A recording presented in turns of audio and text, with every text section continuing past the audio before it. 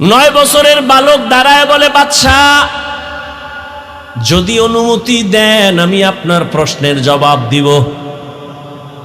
বাদশা হারুন রশিদ খুশি হয়ে কয় দেও কই লইব না, সিস্টেম অনুযায়ী সামনে নিয়ে আসেন।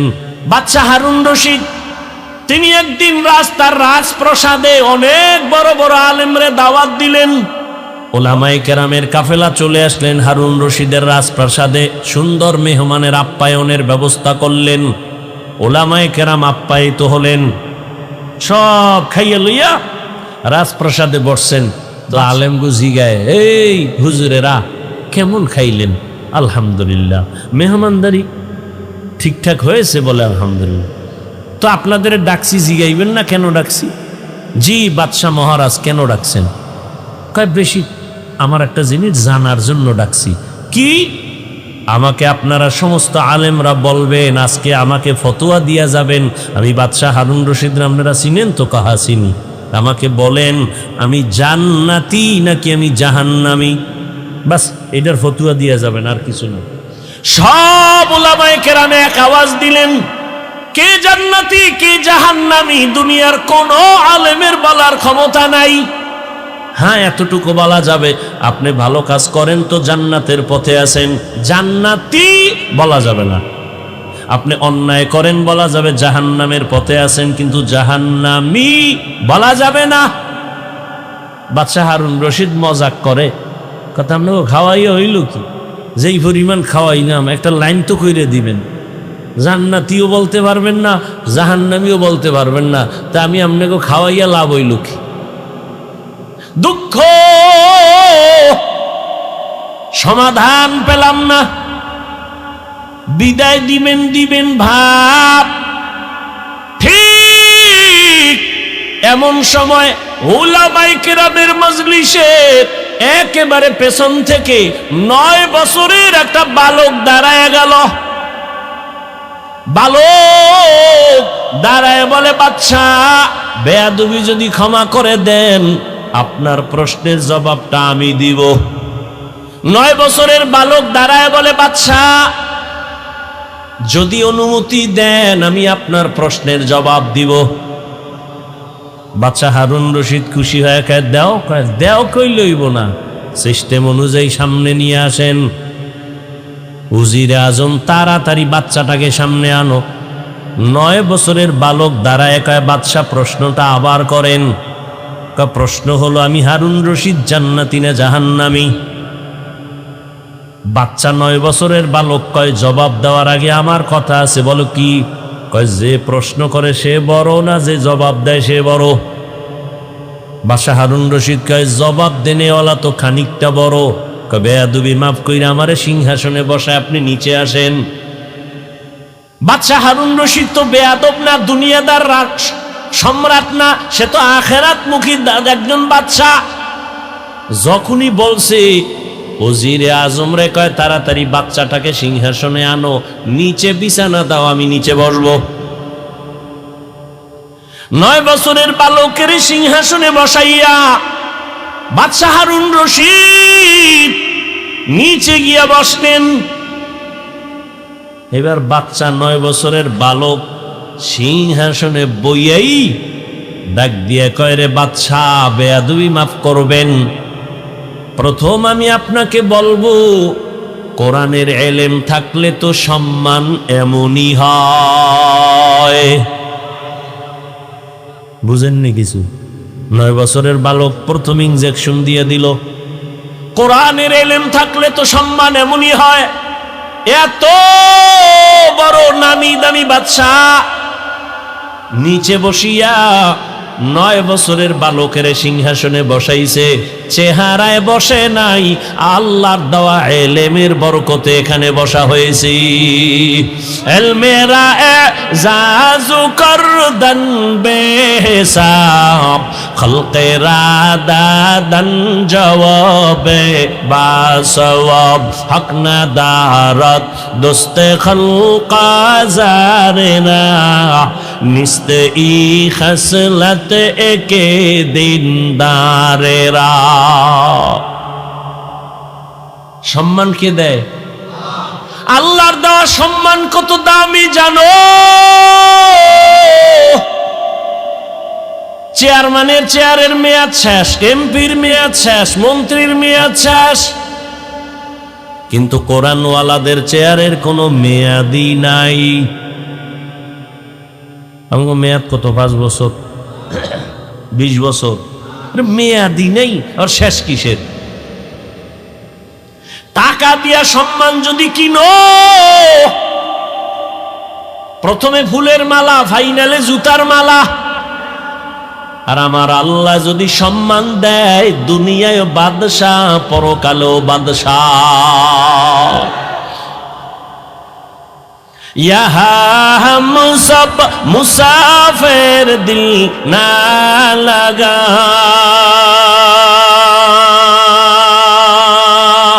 अहले दिल की नजर से रूह करता जा,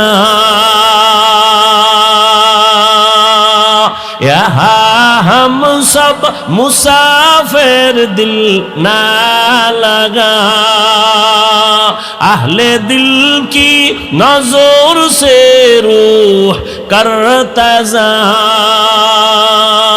शाह दौलत सब फकीर गर नेक ने है, शाह दौलत सब फकीर गर नेक ने है, जिंदगी में बंदगी तू कर नहीं, जिंदगी में बंदगी तू कर नहीं, जिंदगी बे बंदगी शर्मिंदा है, जिंदगी बे बंदगी शर्मिंदा है, जिंदगी में बंदगी कुल बंदगी, बंदगी बे जिंदगी शर्मिंदगी। এরে আমার কলিজার যুবক বাবারা, ও বৃদ্ধ বাবাজি, ও পর্দার আড়ালের মা বোনেরা, 9 বছরের বালক সিংহাসনে বসিয়াই ভাষণ দিয়া দিল, এলেমের সম্মান তো এমনই হয়। আল্লাহ এলেমের কারণে আল্লাহ সম্মান দিছে। আমার চেহারা টেকনাফের চেয়ারে বসায় নাই, যত সম্মান আমার আল্লাহর দেওয়া, আর কারো দেওয়া না। সম্মান দিছে কে? আল্লাহ সম্মান দিছেন। এই কারণে হাজারো মানুষ খাওয়ার চিন্তা নাই, ঘুমের চিন্তা নাই, বসার চিন্তা নাই, যে যেখানে আছে ওইভাবেই আছে, কিং কর্তব্য বিমূঢ় হয়ে আছে, কোথায় কোনো খেয়াল নাই, কই বাড়ি, কই গাড়ি, কই টাকা, কই খাওন, কোনো চিন্তাই মাথায় চাপে না, শুধু বয়ান শুনতেছে। এটা বাবার দেওয়া না, আমার আল্লাহ তাআলার দেওয়া। আল্লাহ যাকে সম্মানিত করেন সে দুনিয়ায় বাদশাহ, আখিরাতেও বাদশাহ। এরে নবীর আশিক, ওই 9 বছরের বালক এবার ডাক দিয়ে কয়, বাদশাহ আপনি প্রশ্নটা আবার করেন। বলে, আমি বাদশাহ হারুন রশিদ, বলো জান্নাতি নাকি জাহান্নামী? বাচ্চা 9 বছরের বালক ডাক দিয়ে কয়, বাদশাহ আমাকে বলেন, আপনার জীবনে কোনোদিন এমন কোনো সুযোগ ছিলনি কি আপনার সামনে সুন্দরী সুন্দরী রূপসী টানা কাটা ভরি আসছে, চাইলেই জিনা করতে পারতেন, আল্লাহর আদালতে হিসাব দেওয়ার ভয় গুনাহ করেন নাই, এমন কোনো দিন আপনার জীবনে হইছেনি? বাদশাহ হারুন রশিদ চোখের পানি ছেড়ে কয়, রে বালক, এরকম একবার আর দুইবার না, আমার সামনে বহু সুন্দরী মেয়ে দাঁড়ায় গেছে, আমি চাইলেই জিনা করতে পারতাম, কিন্তু আল্লাহর আযাবের ভয়, আল্লাহর আদালতে দাঁড়াইয়া হিসাব দেওয়ার ভয়, আমি চোখ দিয়া তাকাই নাই আল্লাহর ভয় আমি স্পর্শ করি নাই, চোখের গুনাহ, হাতের জিনা করি নাই, চোখের জিনা করি নাই। এরকম একবার না বহুবার আমার জীবনে আসছে। আমি আল্লাহর ভয়ে এই গুনাহ থেকে নিজেরে আটকায় রাখছি। ও আমার কলিজার যুবক, দুইটা পায়ে হাত রাইখা বলি রে বাবা, জীবনে তো রাতের বেলা মোবাইলে জিনা কম করলা না, আর কত রাত জিনা করলে তোমার আশা পূরণ হবে, তারপরে তওবা করবা। ও আমার কলিজার যুবক বাবারা, মনে চাইছে পার্কে পার্কে দৌড়াবা, দৌড়াইছো, এখন কি তওবা করবা না? জীবনে কত মেয়ের জীবনের উপরে হামলা করেছো, আরো কত জীবন তুমি ওই পথে চলার পরে আশা পূরণ হবে, তারপরে তুমি তওবা করবা। এখনো দুটো পায়ে হাত রেখে বলি ফিরিয়া যাও। ভয় লাগে কোন দিন জানো, 2004-এর মতো ইন্দোনেশিয়ার সুনামি শুরু হয়ে যায়, কক্সেস বাজারের সাগর কোন সময় যেন গরম হয়ে যায়। ওরে ইন্দোনেশিয়ায় এই পরিমাণ গুনাহ চলতেছিল সমুদ্রের পারে। 2004-এর ইতিহাস পড়ো, ওই সব বাড়ি গাড়ি ধ্বংস হয়ে গেল। এখনো তাকাইয়া দেখ, ওই আমেরিকার বলিউড আর হলিউডের গোষ্ঠী যেখানে থাকে, এই আগুন নিভছে, এই ফেসবুকের গোলামেরা নিভছে।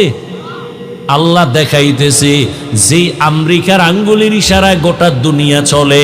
আজকে আল্লাহ পাক ওদের মাথার উপরে আগুন লাগায় দিছে, ওর 14 গোষ্ঠীর ক্ষমতা নাই ওই আগুনকে নিয়ন্ত্রণ করবে।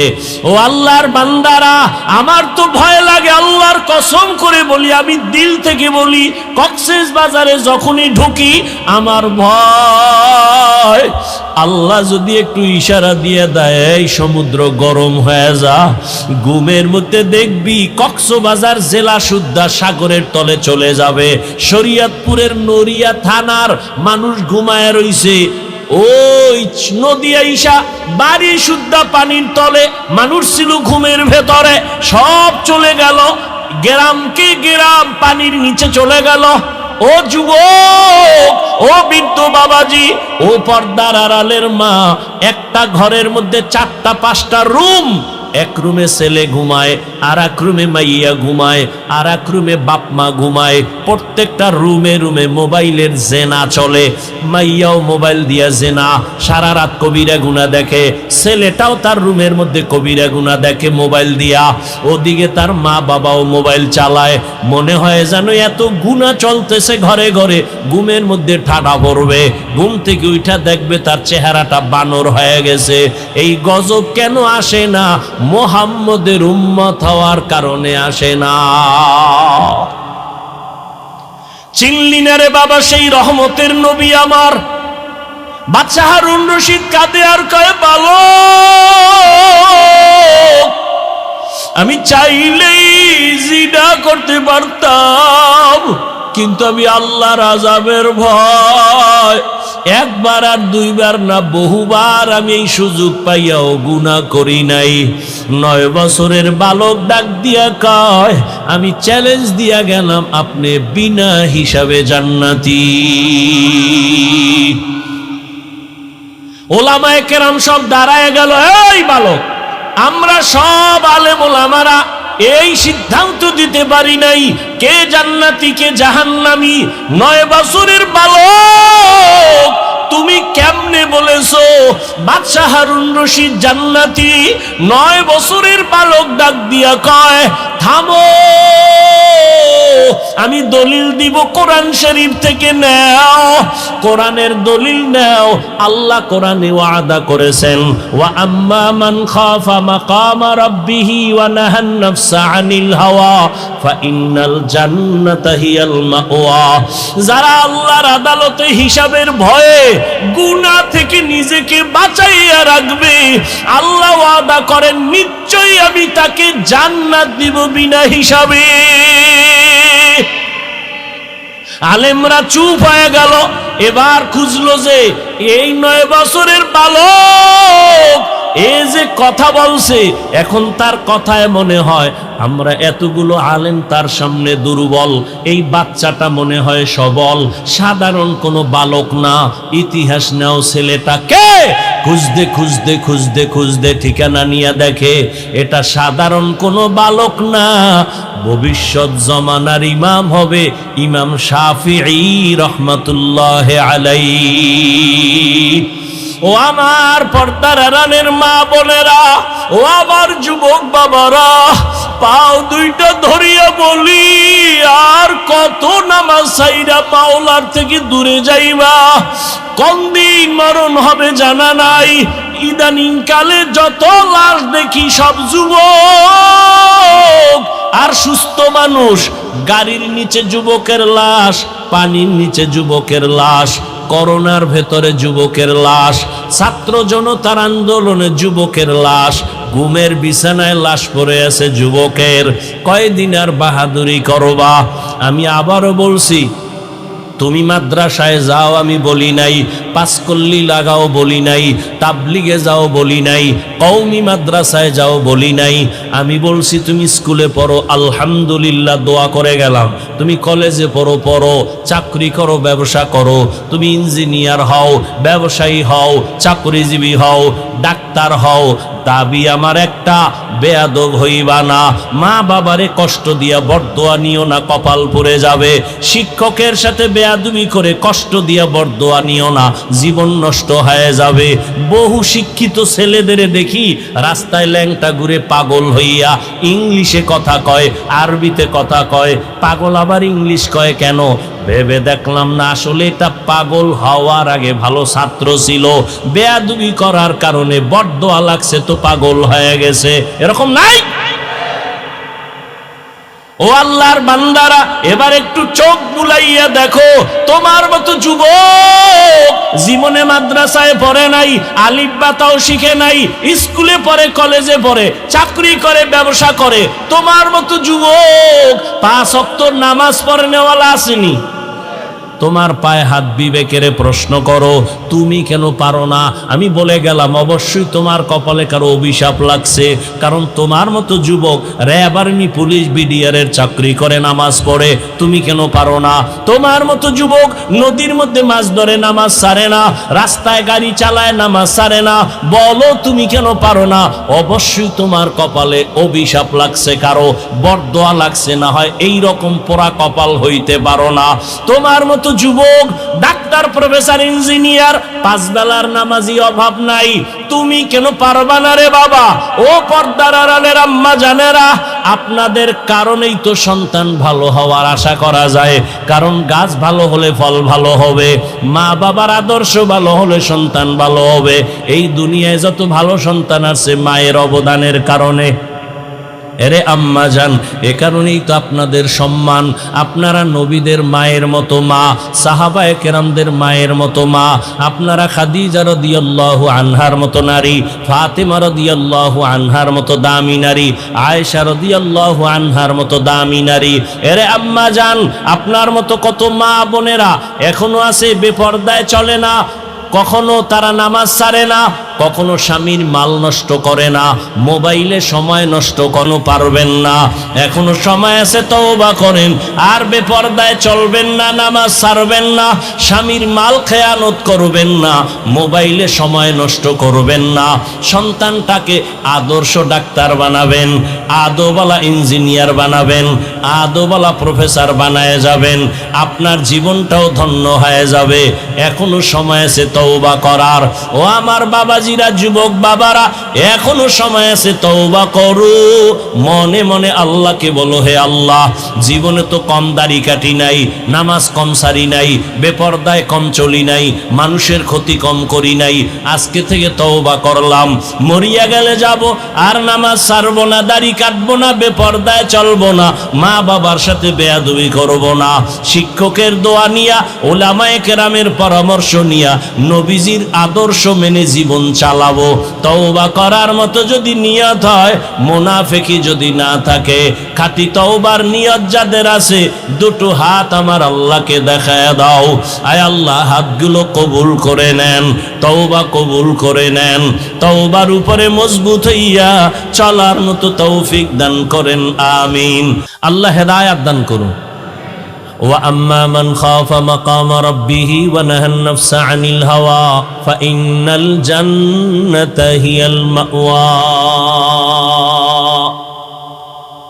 আল্লাহ তাআলা বলেন, হাসরের ময়দানে আমি আল্লাহর আদালতে দাঁড়াইয়া হিসাব দেওয়ার ভয়ে যারা দুনিয়াতে নিজেকে গুনাহ থেকে বাঁচায় রাখবেন, আমি আল্লাহ ওয়াদা করলাম তাকে বিনা হিসাবে জান্নাত দিয়ে দিব। রহমতের নবী বলেন, ইত্তাকিল মাহারিম তাকুন আবাদান নাস। আল্লাহর নিষিদ্ধ জিনিস থেকে নিজেকে বাঁচাও, তো আল্লাহর আদালতে তোমার মর্যাদা বেড়ে যাবে, মানুষের কাছেও সম্মান বেড়ে যাবে। সম্মান বাড়াইবেন কে? আরে বাড়াইবেন মানে বাড়াইয়েই তো মানুষ বানাইছেন, তা বাড়াইবেন মানে মানুষ তো আল্লাহ বানাবার আগেই শ্রেষ্ঠত্ব দিয়া মানুষ বানাইছেন। মানুষ বানাইয়া শ্রেষ্ঠ মর্যাদা দেন নাই, শ্রেষ্ঠ মর্যাদা দিয়া মানুষ সৃষ্টি করছেন। ওয়ালাকাদ কাররামনা বানি আদম ওয়া হামালনাহুম ফিল বাররি ওয়াল বাহরি ওয়া রাযাকনাহুম মিনাত তাইয়্যিবাত ওয়া ফাদ্দালনাহুম আলা কাসীরিম মিম্মান খালাকনা তাফদীলা। বনি আদম বড় দামি, বানাইয়া দামি না বানানোর আগেই? এ জমিনের ভেতরে নূরের সৃষ্টি ফেরেশতারা শ্রেষ্ঠ না, আগুনের সৃষ্টি জিনেরাও শ্রেষ্ঠ না। আল্লাহর সিদ্ধান্ত একমাত্র মাটির সৃষ্টি মানুষ হলো শ্রেষ্ঠ। ঘোষণা কার? স্থায়ী না অস্থায়ী? বলেন, মানে নাই কে? বলেন। বক্তার এলেম আমল দিয়ে বয়ান হয় না, বয়ান হইতে দুইটা পুঁজি লাগে। অমুক বক্তার বয়ান ভালো হইল না কেন, আমরা অনেকে বলি, আজীবন পারলে মনে রাখবেন বা লিখে রাখবেন, দুই পুঁজি না থাকলে ওখানে বয়ান ভালো হবে না।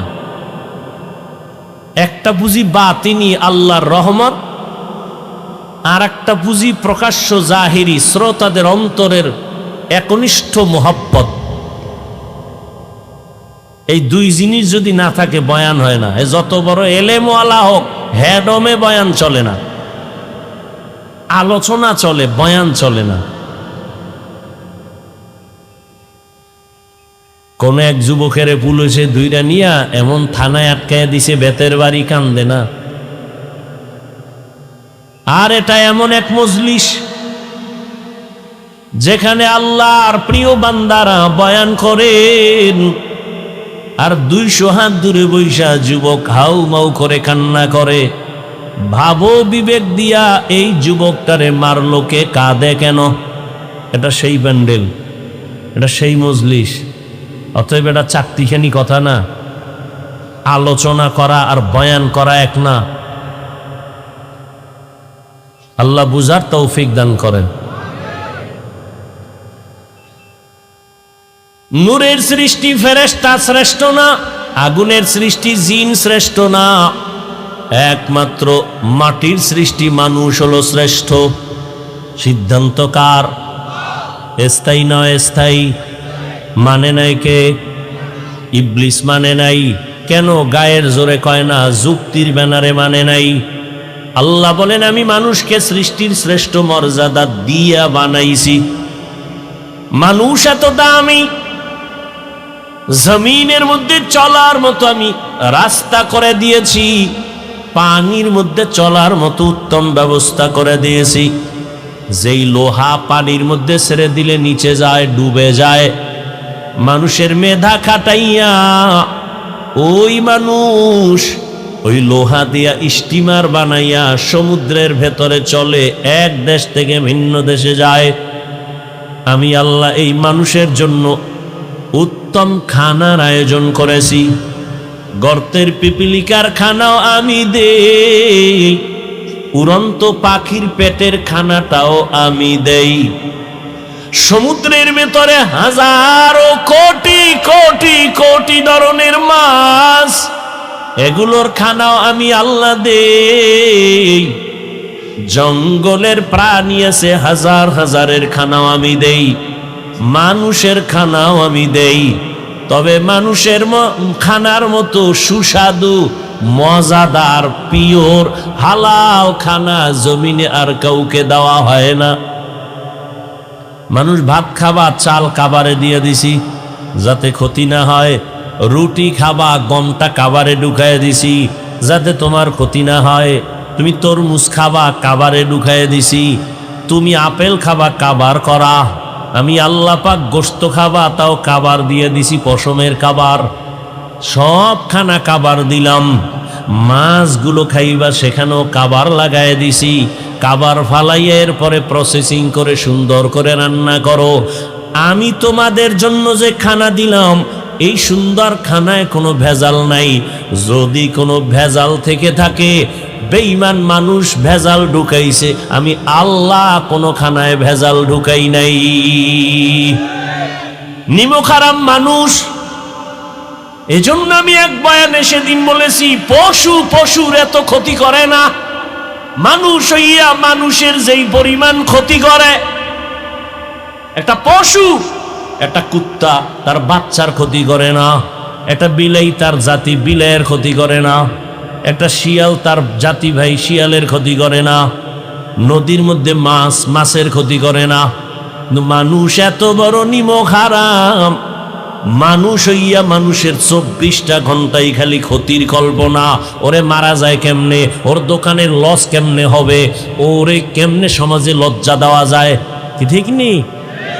24 ঘন্টা খালি আকামেরই চিন্তা ভাবনা নিয়া, ঘুমের মধ্যেও আকামের চিন্তা, ঘুম থেকে উঠাও ক্ষতির চিন্তা। তো কেমন মানুষ হইলা? ক্বালা রাসূলুল্লাহ সাল্লাল্লাহু আলাইহি ওয়া আলিহি ওয়াসাল্লাম, খায়রুন নাস মান ইয়ানফাউন নাস। আল্লাহর নবী বলেন, দুনিয়াতে সবথেকে ভালো মানুষ ওই ব্যক্তি যার দ্বারা অন্যের উপকার হয়, ক্ষতি হয় না। এরে আমার কলিজার যুবক বাবারা, দুনিয়াতে আসার থেকে কি উপকার করেছো? তোমার ব্যবহারে মা কষ্ট পাইয়া বসে আছে, তোমার আচরণ এত খারাপ, চরিত্র এত খারাপ, তোমার আচরণে মাও বেজার, বাবা বেজার, শিক্ষক বেজার, আলেম ওলামা বেজার, মুরব্বীরাও বেজার, বন্ধুরাও বেজার। মনে মনে চাই তুই এখন যদি মইরা যাও সবাই খুশি, মাও বলবে একটা চরিত্রহীন মরে গেছে, আমি বিপদ থেকে বেঁচে গেলাম। মনে মনে বলবে, যদি উপরে কাঁদবে সন্তানের মায়া, কিন্তু মনে মনে খুশি একটা বেয়াদব মরে গেল, কারণ এর চরিত্রর কারণে মানুষের কাছে আমি মা লজ্জা পাই। কি অর্জন করলা জীবনে? যেই বাপসাপ দেখাও মনে হয় বড় বুজুর্গ, অথচ সবার বরদোয়ার চাদরে আটকানো আছে। ভয় লাগে কোন সময় চাকার তলে মাথা ঢুকে যায়, কখন ঘুমের মধ্যে আজরাইল এসে যায়।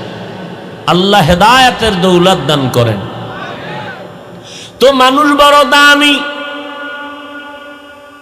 এই মানুষ যদি আবার নিজেকে হালাল পন্থায় চালাও তো মর্যাদা বেড়ে যাবে। মর্যাদা বাড়ার মানে কি? মর্যাদা বাড়ার এক ব্যাখ্যা হলো, সমস্ত মাখলুকতের মধ্যে মানুষ দামি, আবার এই মানুষের মধ্যে যারা ঈমানওয়ালা তারা আরো দামি। ঈমানওয়ালারা সবাই দামি এক লেভেলে কয় না, ঈমানওয়ালাদের ভেতরে যারা আমলওয়ালা তারা আরো দামি, আবার আমলওয়ালাদের ভেতরে যারা তাকওয়াওয়ালা তারা আরো দামি। ইন্না আকরামাকুম ইনদাল্লাহি আতকাকুম, আল্লাহ বলেন যার মধ্যে তাকওয়া সে সব থেকে দামি। এই হলো এক লাইনের মর্যাদা। এবার ধরে নেন সবার মধ্যে তাকওয়া, রিয়া নাই, সব লেভেল তাকওয়ার মজবুতি। এদের মধ্যেও কি কম বেশি আছে? হ্যাঁ আছে। কেমন? নিজেরে যখন পুরা বিনয়ী হইয়া আল্লাহর দিকে যত আগাবে তার মর্যাদা বাড়বে। কয় কেমন বাড়বে? বাড়ার মধ্যে কয় এখন তো তোমারে ভালোবাসে কয়জনে তুমি তো না মাপতে পারো। ফেসবুকের ফলোয়ার কতজন? কয় এতশো। তাহলে এই কয় লোক আমার। এখন তোমাকে 500 লোক ভালো জানে। যদি আল্লাহর জন্য তৈরি হয়ে যাও তোমাকে কোটি মানুষ ভালো জানবে।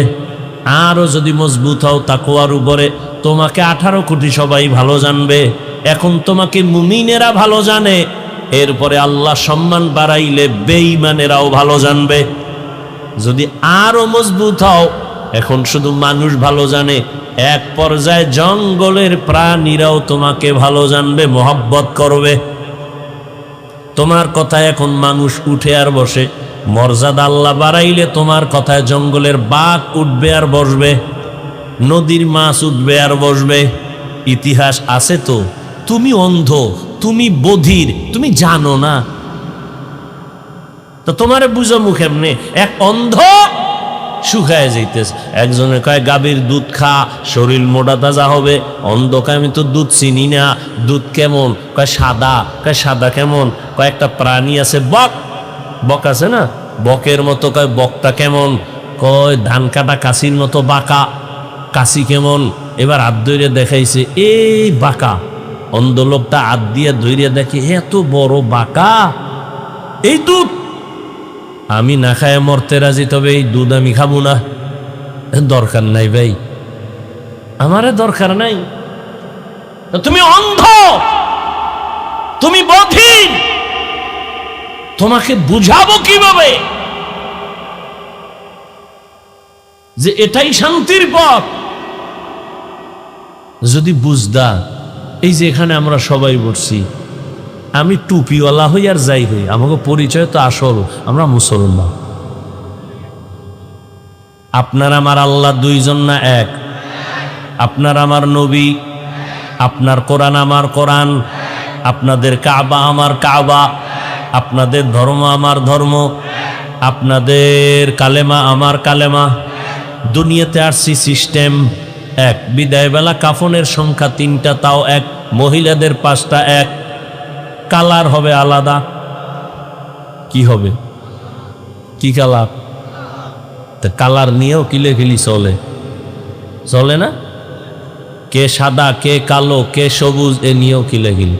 কাফনের কালারও এক, কবরের সাইজও এক। কবরের মধ্যে প্রশ্ন 3টা, তাও এক। কে ধনী, কে গরিব, কে আলেম না, সবার বেলায় প্রশ্ন এক। কাফন এক, কালার এক, কবরের সাইজ এক, আল্লাহ এক, নবী এক, কোরআন এক, কাবা এক, ধর্ম এক, কালেমা এক। কি তাহলে আপনাদের বয়ান করব কেন? বয়ান তো করব হিন্দুদেরকে, যারা আল্লাহ চিনে না, কোরআন চিনে না, ইসলাম বুঝে না। বয়ান তো খ্রিস্টানদের করব, আপনাদের কেন বয়ান করব? আপনারা তো কোরআন বুঝেন, ইসলাম বুঝেন, আল্লাহ চিনেন, নবী চিনেন, কারণ কি? অথচ ওদেরকে বয়ান করার টাইম কই? 12 মাস আপনাদের পেছনে ঘুরতে ঘুরতে ঘুরতে ঘুরতে অল্প বয়সে অসুস্থ। শুধু কি আমি একা? হাজার হাজার আলেম আপনাদের পেছনে সময় দেয়। তাবলিগলাদের মেহনত, পীর মাশায়েখের মেহনত, বক্তাদের মেহনত, জুমার খতিব ইমামদের মেহনত, হাজারো আলেমের মেহনত, এরপরও ফলাফল জিরো। সে আগের সুদখোর এখনো সুদ খায়, আগের ঘুষখোর এখনো ঘুষ খায়। করোনার মতো গজব দিয়েও বাঙালির ঘাড় সোজা করতে পারে নাই, এখনো তেরা, এখনো আলেমের গালি দেয়। এরম বেয়াদব নাই? বড় দুঃখ। বয়ান করব বিধর্মীকে, আপনাকে কেন বয়ান? অথচ আপনাকে এত বয়ানের পরেও বুঝলাম না কি হলো। আমি মুসলমান, টুপি খুলতে চাই না, আর আপনি কেমন ভিআইপি মুসলমান যে টুপি দিতেই চান না। আমি দাড়ি কাটলে লজ্জা পাই, আপনি কেমন ভিআইপি মুসলমান যে দাড়ি রাখতে লজ্জা পান। আমি নামাজ না পড়লে লজ্জা পাই, আর আপনি কেমন মুসলমান যে নামাজ পড়তে গেলে লজ্জা পান। আপনি কেমন মুসলমান বুঝি না। কি আপনারা ভুলে আছেন না আমরা ভুলে আছি? ও আমার যুবক বাবারা, যদি বলো হাফিজ ভাই তোমরা ভুলে আসো আমরা ঠিক। তাহলে কোরআন হাদিস থেকে দলিল দেখায়া দাও বাস্তবে। আমি এখন দাড়ি কেটে ফেলবো, নামাজ বাদ দিয়া তোমার লাইনে প্যান্ট শার্ট টাই লাগায় নাচ গান শুরু করব।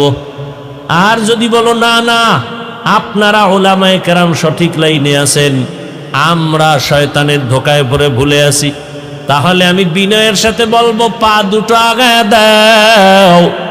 আমি পায়ে হাত রেখে বলবো আর দাড়ি কেটে আমার নবীরে কষ্ট দিও না, নামাজ সারি আমার আল্লাহকে কষ্ট দিও না রে বাবা।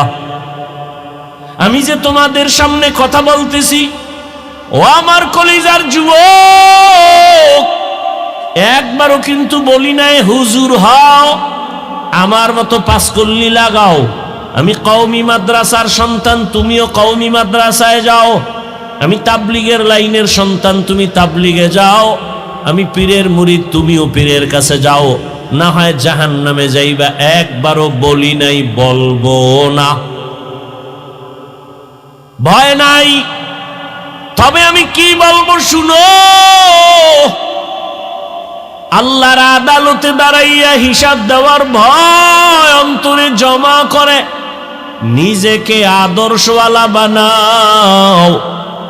স্কুলে পড়ো, কলেজে পড়ো, চাকরি করো, ব্যবসা করো, কোনো বাধা নাই। ডাক্তার হও, ইঞ্জিনিয়ার হও, প্রফেসর হও, সাংবাদিক হও, উকিল হও, ওসি ডিসিএসপি হও, এমপি মন্ত্রী হও। তবে আমার জীবনের বড় দাবি যুবক বাবাদের কাছে, জীবনে বেয়াদব হইবা না। ডাক্তার হও, বেয়াদব হইও না। ইঞ্জিনিয়ার হও, বেয়াদব হইও না। বলতে পারো হাফিজ ভাই বেয়াদব হব না, তার ব্যাখ্যা কি? বলে 3 জায়গায় বেয়াদবি করবা না। জীবনে যদি গলায় ছুরিও লাগে, 3 জায়গায় বেয়াদবি যেন না হয়। যদি হয় তো মরার আগে বিছানায় পড়ে যাবি। ভালো করে মনে রাখিও যুবক বাবারা, 1 নম্বরে মা বাবার সাথে বেয়াদবি করবা না, শিক্ষকের সাথে বেয়াদবি করবা না, 3 উলামায়ে কেরামের সাথে বেয়াদবি করবা না। মা বাবারে কষ্ট দিলে যদি বরদোয়া লেগে যায়, মরার আগে পঙ্গু হয়ে পড়ে যাবি। যদি শিক্ষকের কষ্ট দেওয়ার বরদোয়া তোর কপালে লাগে, লেখাপড়া হারিয়ে যাবি। আলেমের সাথে বেয়াদবি করে যদি কষ্ট দাও, বরদোয়া কপালে লেগে গেলে চরিত্র আর জীবনে ভালো করতে পারবা না। অতএব তুমি যত বড় ইঞ্জিনিয়ার হও না কেন, চরিত্র যদি ঠিক না থাকে, সব জায়গায় তাসনিমের মতো জুতার বাড়ি খাবি। ডাক্তার হইয়াও তোর কপালে শান্তি নাই। আর যদি সবার দোয়া নিয়ে চলো, তাহলে ডাক্তার হলে শুধু টেকনাফ না, পুরা বাংলাদেশের মধ্যে সম্মান বেড়ে যাবে। সবাই মাথায় নিয়ে সম্মান করবে। আল্লাহ পারে না? পারে না? সেজন্য তোমার চরিত্র ঠিক রাখতে হবে, নিজেকে সুস্থ রাখতে হবে। মা বাবার দোয়া, শিক্ষকের দোয়া, উলামায়ে কেরামের দোয়া লাগবে। এই সবগুলো জবাই করতেছো গজবের মোবাইল দিয়া। চরিত্র শেষ। তোমার মধ্যে আছে বলতে কিচ্ছু নাই। মোবাইল তোমাকে ধ্বংস করে ফেলেছে, তোমার খবর নেই। আছে শুধু রুহু, রুহুটা আজরাইল নিয়ে গেলে তুমিও নাই। কোরআন শরীফ মাথায় লইয়া কইল এ জাতি মানতে চাইবে না, কপাল পুড়ছে না। ওর মা ছাড়তে রাজি, মোবাইল ছাড়বে না। বাপ ছাড়তে রাজি, মোবাইল ছাড়বে না। খানা ছাড়বে, মোবাইল ছাড়বে না। ওর কপালে এমন পড়া পড়ছে। সারা রাত দরওয়াজা জানালা বন্ধ করে মোবাইলটা সামনে নিয়ে সারা রাত চোখের জিনা, কানের জিনা, জবানের জিনা, অন্তরের জিনা। এই মোবাইল দেখতে দেখতে দেখতে দেখতে চেহারা নষ্ট, কিডনি নষ্ট, হার্ট নষ্ট, ব্রেন দুর্বল, চোখের পাওয়ার কমছে, কানের পাওয়ার, জবানের সব কিছু দুর্বল। পরীক্ষা করো হসপিটালে গিয়া। তোমার বিশ্বাস হয় না? আজকে বাসায় যায় গুগলে সার্চ দাও, টাচ মোবাইল দেখলে অঙ্গ প্রত্যঙ্গের কি কি ক্ষতি হয়, চিকিৎসা বিজ্ঞানীরা ডিটেলস ওখানে বিস্তারিত লিখে রাখছে। দেখো। যার কপাল খারাপ তো একটু আগেই বয়ান করলাম। কপাল যদি খারাপ হয়, আমার বয়ান কেন, রসুলের বয়ানও কপাল খুলবে না, এত একটু আগেই বললাম। আল্লাহ হেদায়াত দান করুন। হায় হায় হায়, লেখাপড়া শেষ, চরিত্র শেষ, কিচ্ছু নাই, চরিত্রও নেই। এরপরও তো মানুষের একটা শখ থাকে যে এই জিনিসটা করব করব কইরে যখন ফেলছি এবার ফিরে যাই। এরপরও ফিরবে না। জীবনে তো কম নামাজ ছাড়লা না, আর কত নামাজ ছাড়তে হবে বলো? আর কতবার নামাজ ছাড়লে তোমার আশা পূরণ হবে? তারপরে তওবা করবা। বয়ান চলতেছে, এত বয়ান, এত বয়ান, এত বয়ান, না খাইয়া মানুষ বয়ান শুনে, মাটির মধ্যে বয়া রয়েছে, বালুর মধ্যে বয়ান শুনে, জানে বয়ানের পরে খাওন নাই, কিছু নেই, এরপরও কষ্ট করে শুনে। মানে না কেন? মানে না কেন?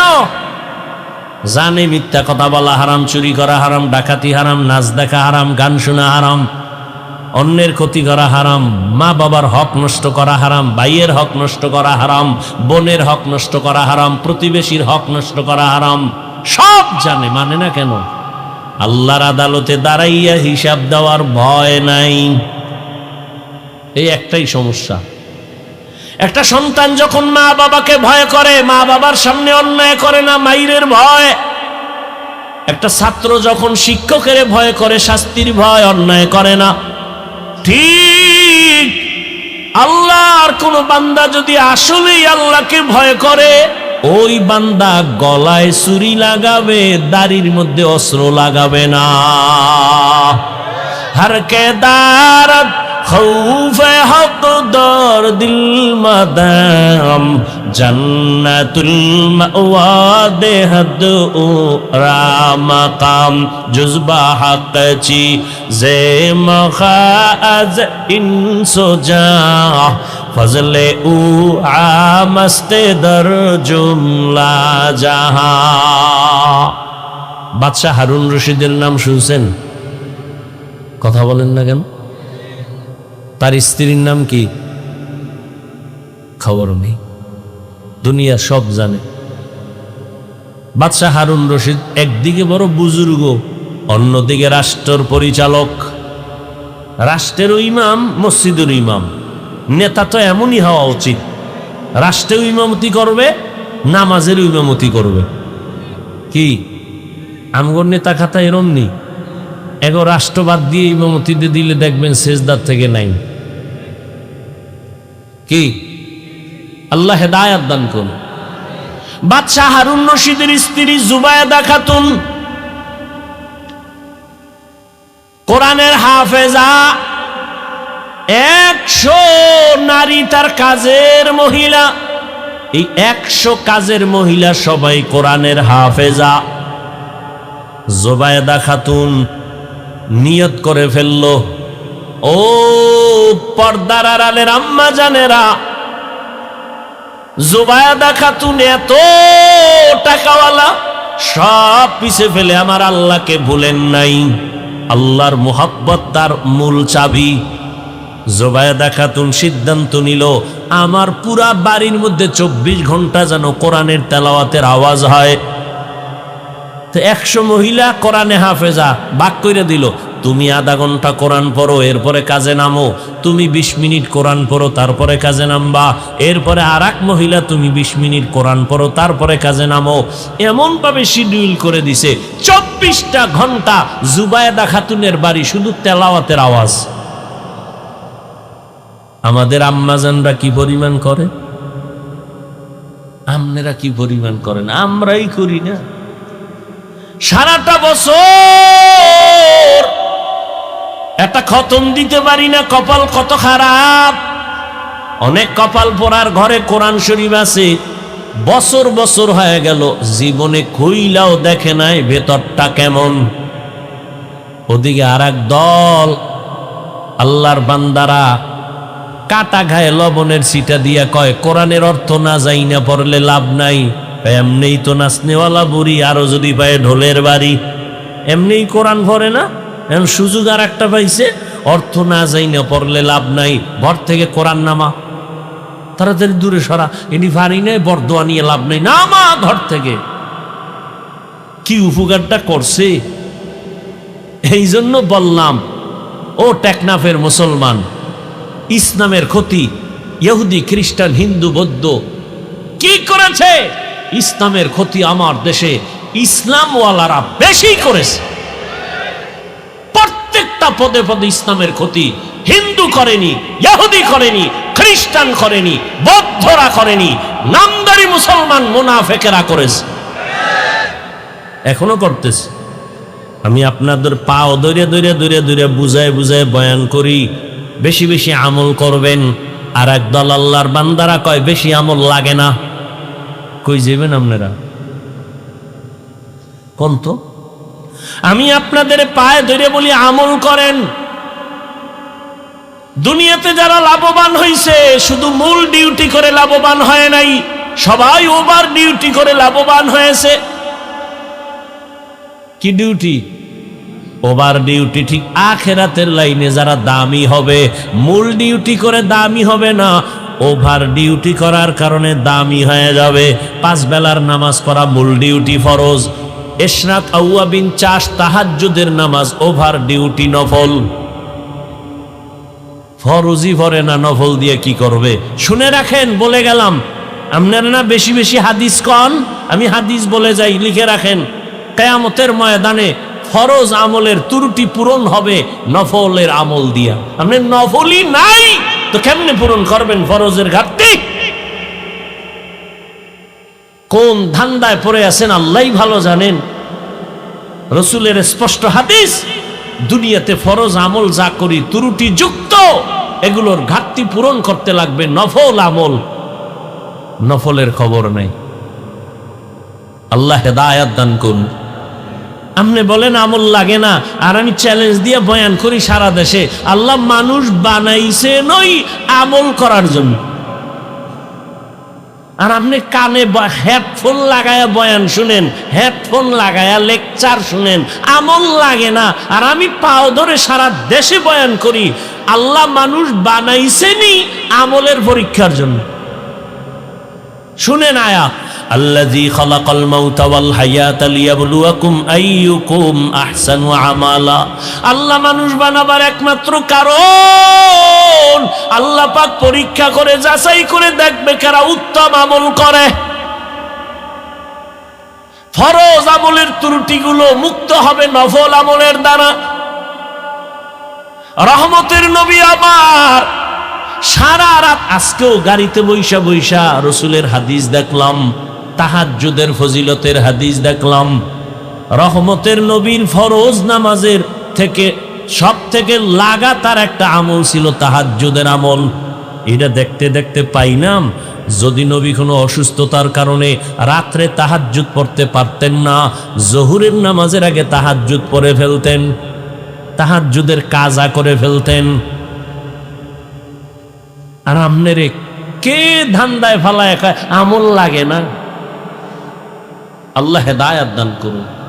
এত ফিতনা ধর্ম নিয়া, ইসলাম নিয়া এই বাংলাদেশে যা ভাষা নাই বলা। নিজের কপালও পুড়ছে, অন্যের কপাল পরাবার ফিকিরে নামছে। আলহামদুলিল্লাহিল্লাযী জাআলাশ শামসা ওয়াল কমারা বিহিসবান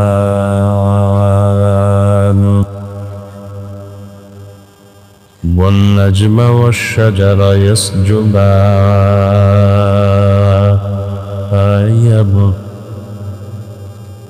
ওয়া ফাদ্দালা জামানান আলা জামান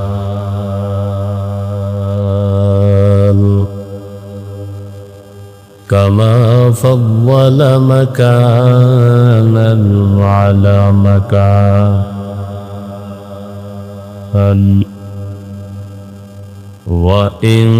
وإنسانا على إنسان ونشهد أن لا إله إلا الله وحده لا شريك له لا ضد له ولا ند له ولا مثل له ونشهد أن سيدنا وسندنا وحبيبنا وحبيب ربنا وطبيبنا وطبيب قلوبنا ومولانا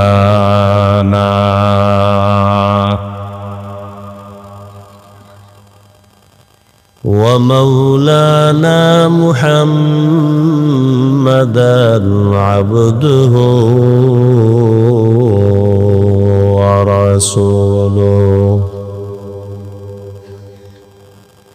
أرسله بالحق بشيرا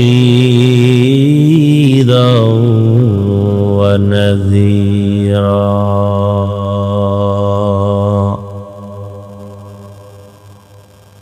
وداعيا إلى الله بإذنه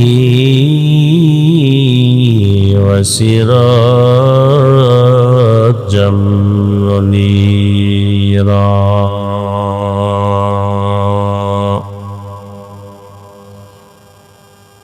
اللهم صل على محمد النبي الأمي وعلى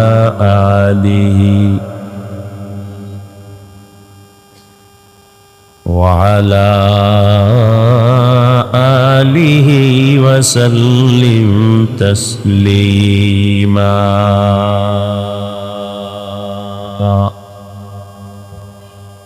وبعد فأعوذ بالله من الشيطان الرجيم بسم الله الرحمن الرحيم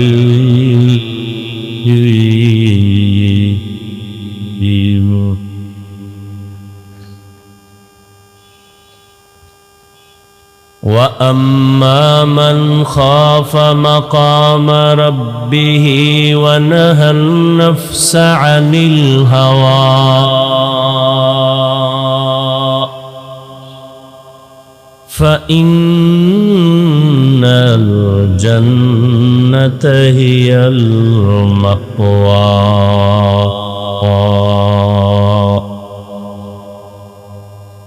وقال رسول الله صلى الله عليه وآله وسلم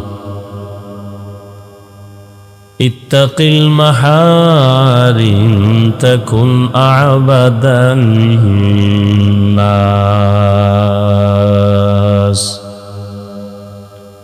أو كما قال النبي عليه الصلاة والسلام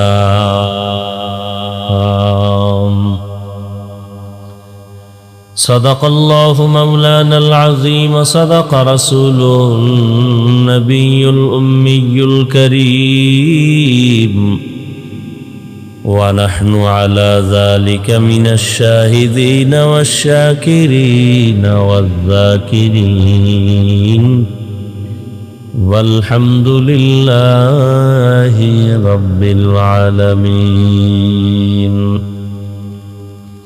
سبحانك لا علم لنا إلا ما علمتنا إنك أنت العليم الحكيم رب اشرح لي صدري ويسر لي أمري واحلل عقدة من لساني يفقهوا قولي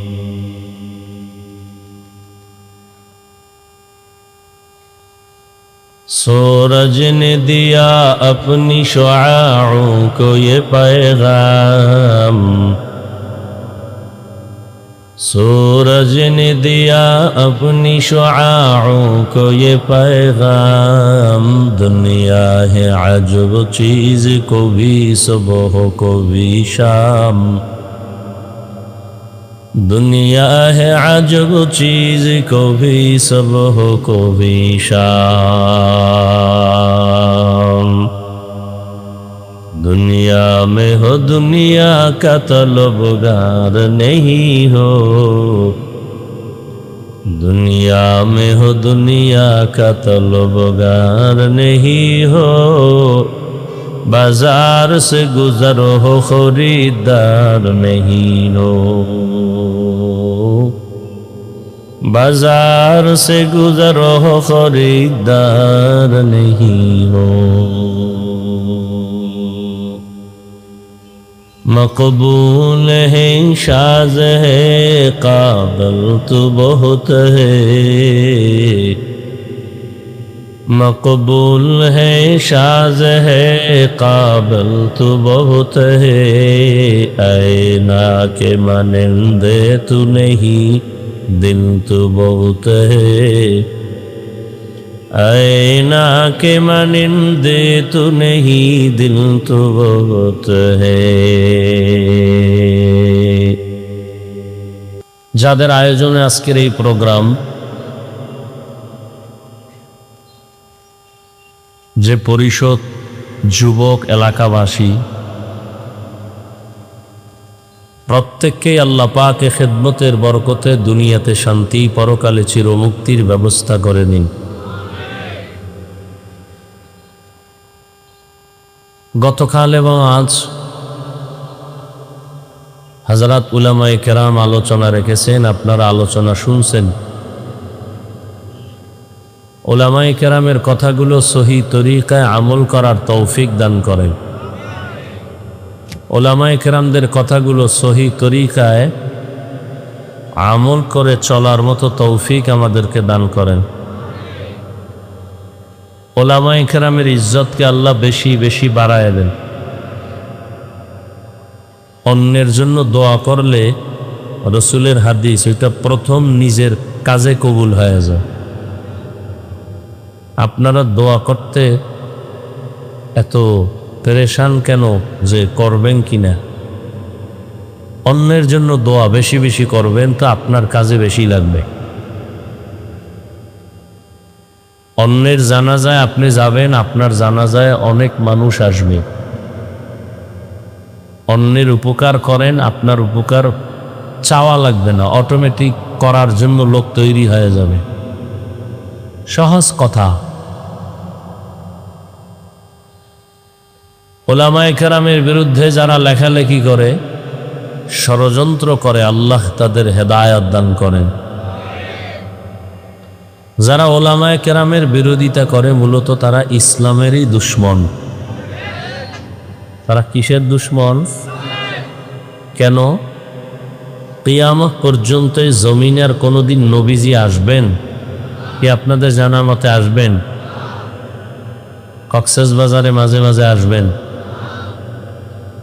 সাহাবায়ে কেরামও আসবেন না। আইম্মায়ে কেরাম, বড় বড় আউলিয়ায়ে কেরাম আসবেন না। কিয়ামত পর্যন্ত এই জাতিকে দুনিয়ায় এবং আখিরাতে, ইহকাল এবং পরকালে শান্তির ঠিকানা দিবেন কোরআন সুন্নাহর আলোকে একমাত্র, শুধুমাত্র, কেবলমাত্র উলামায়ে কেরাম। আর কেউ? কথা বুঝার চেষ্টা করেন। আপনারা তো অনেক দামি মানুষ, শিক্ষিত মানুষ। আপনাদের শিক্ষা এবং জ্ঞানের তুলনায় আমরা টুপিওয়ালারা অনেক দুর্বল, অনেক বোকা। আপনারা নিজেরাই তো বলেন, আমি তো আর বানায় বলি নাই। আপনারা বলেন, এটা শুনাইলাম। আপনারা নিজেরাই বলেন, হুজুরেরা কি জানে? আমরাই তো সব জানি। আর আকামে ধরা খাইলে বলে আমরা না জেনে করে ফেলেছি। আর মাস্তানি করার সুযোগ পাইলেই বলে হুজুরেরা কি জানেন। আর ধরা খাইলে কয় আমি না জেনে করেছি।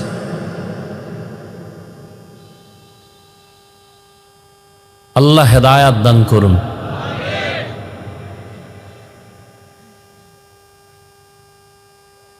উলামায়ে কেরামের মাধ্যমে মানুষ দিন শিখবে, ইসলাম শিখবে, দুনিয়ার সব বিষয়ের সমাধান পাবে, আখিরাতেরটা তো পাবেই। কিন্তু অধিকাংশ মানুষের ধারণা এরকম যে হুজুর গো বয়ান যা কিছু সব আখেরাতের জন্য, দুনিয়ার বিষয় হুজুরেরা কিছু বুঝেও না, আর এদের কাছে গিয়া লাভও নেই। দুনিয়ার বিষয় আমরা দুনিয়াদারের পেছনে যাব। আমাকে একটু জবাব দিবেন আল্লাহর ওয়াস্তে, বেয়াদবি ক্ষমা চেয়ে নিচ্ছি। আল্লাহ যে কোরআন দিছেন, রসুলের আদর্শ হাদিস, এই কোরআন হাদিসের মধ্যে কি শুধু আখেরাতের কথাই আছে? কি মানুষের জীবনের সব বিষয়ের সমাধান আছে না নেই? কি পরকালেরটা না দুনিয়ারটাও? দুনিয়ার কোন বিষয়টা ইসলাম কোরআন হাদিসে নাই, যেটার জন্য কোনো বেঈমানের কাছে যেতে হবে? বলে সত্য কথাটা মানেন আর না মানেন, অন্তত সমর্থন দেন, স্বীকার করেন যে হ্যাঁ এটা সত্য। আমি মানি না এজন্য যে সমর্থন দেওয়া যাবে না, বিষয়টা তো এমন না। কি আপনাদের ধারণা কি আল্লাহর দ্বীন ও ইসলাম কোরআন হাদিসের মধ্যে শুধু পরকালের সমাধান? দুনিয়ার সমাধান আছে? দুই একটা হয়তো নাই। কি আমি না বলছি আপনি সত্য কথাটা স্বীকার করতে? দুনিয়ার সব বিষয়ের সমাধান আছে। আপনারা এই দুনিয়ার সমাধান যদি থাকে, ব্যবসা করবেন কেমনে, চাকরি কিভাবে করবেন, সংসার পরিবার কিভাবে চালাবেন, রাষ্ট্র কিভাবে চালাবেন, এগুলো ইসলামে নাই, কোরআনে নাই। মানেন না কেন? কি সমস্যা? কি ধান্দাবাজি আর চান্দাবাজির পিছনে দৌড়ান কেন? তো বলেন যে আমরা কোরআন মানব না, বলেন।